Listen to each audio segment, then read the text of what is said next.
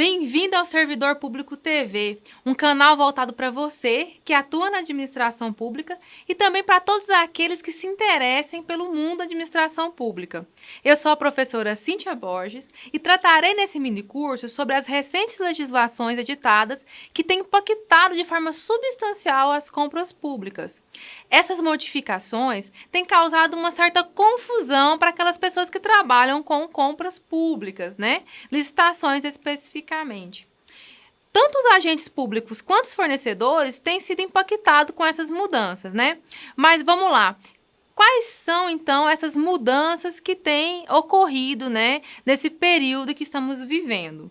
Bom, as principais mudanças que ocorreram, elas são fruto, das medidas tomadas em março, especificamente em meados de março e abril, para o enfrentamento, da pandemia de coronavírus. Nós tivemos algumas medidas provisórias que foram editadas pelo Poder Executivo como meio de dar uma resposta rápida e efetiva para que os municípios e os estados pudessem tomar suas decisões e enfrentar a pandemia de coronavírus.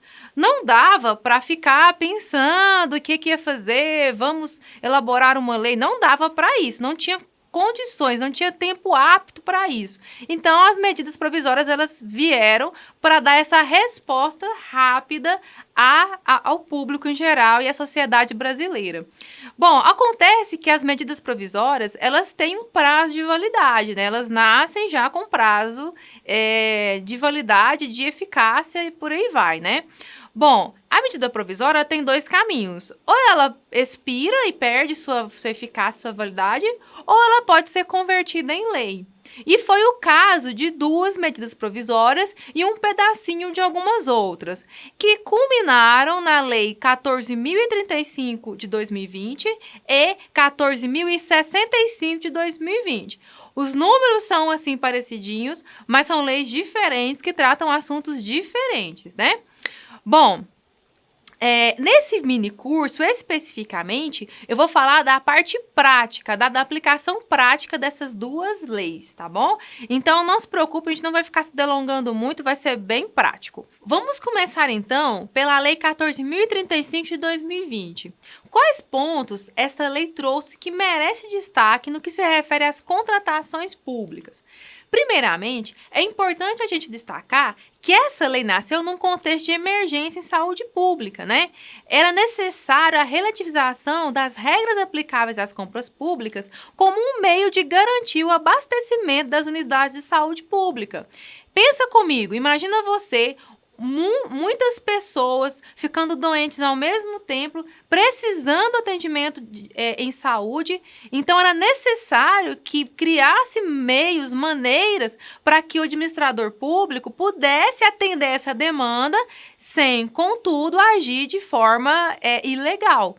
Então, foi isso que essa lei trouxe, principalmente, primar por vidas. Era essa a ideia, Bom, antes também da gente falar dos pontos que trazem especificamente os pontos importantes dessa lei, eu queria chamar a sua atenção para o seguinte: essa lei, a Lei 14.035 de 2020, ela é fruto da conversão da medida provisória 926 de 2020, que perdeu eficácia e foi convertida em lei.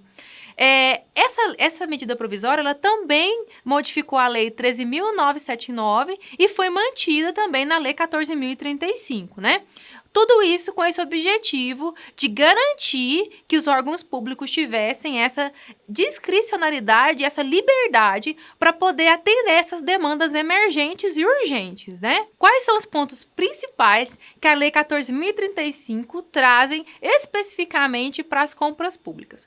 O primeiro ponto é a possibilidade de dispensa em qualquer valor. Olha só que interessante. O artigo 4º dessa lei diz o seguinte: é dispensável a licitação para aquisição ou contratação de bens, serviços, inclusive de engenharia, e insumos destinados ao enfrentamento da emergência de saúde pública de importância internacional de que trata esta lei.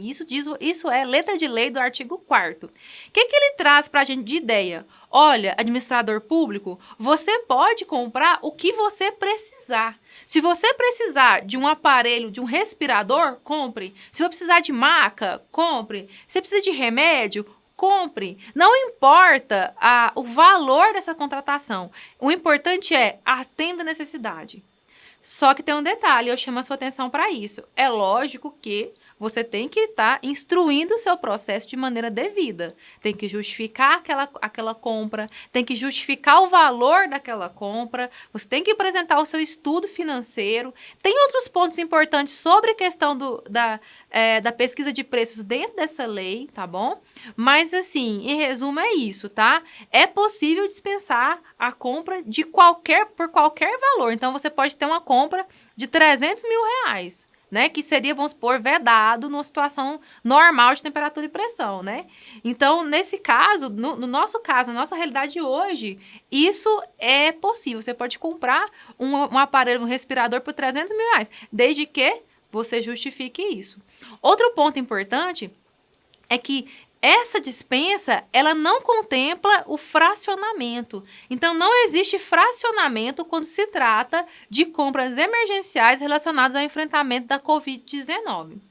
Outra situação que trata essa lei, que é muito importante, é a possibilidade de você restringir, de você encurtar o tempo da contratação. Então, você, por exemplo, um pregão normal, ele tem 8 dias úteis para ele correr. 8 dias úteis.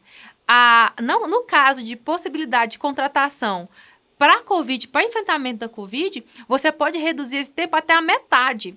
É o pregão express, né? Que alguns doutrinadores falam. Então, eu consigo reduzir isso. Se o pregão era em 8 dias úteis, eu consigo marcar ele em 4 dias úteis, tá bom? A terceira possibilidade que nós vamos trazer é a possibilidade de contratar com fornecedor impedido. Olha só que interessante. Você sabe que numa situação normal, a empresa que ela está impedida de contratar com a administração pública, ela não pode firmar contrato. Hoje, na nossa situação atual de pandemia de coronavírus, se essa empresa ela for a única fornecedora e não tiver como comprar de outra, você pode firmar contrato com essa empresa. Você pode ir lá e firmar o contrato com ela, inclusive até com dispensa de licitação. Bom, é isso que a gente tem para falar a respeito da Lei 14.035, né? São os principais pontos, os mais importantes, que são voltados para o enfrentamento dessa calamidade pública causada por essa doença, né? Essa, então, é a primeira parte dessa sequência de vídeos sobre esse assunto. Eu te convido a continuar assistindo com a gente o próximo vídeo. E não se esqueça, se inscreva no nosso canal e fique ligado em todos os conteúdos que nós disponibilizamos aqui diariamente, tá bom?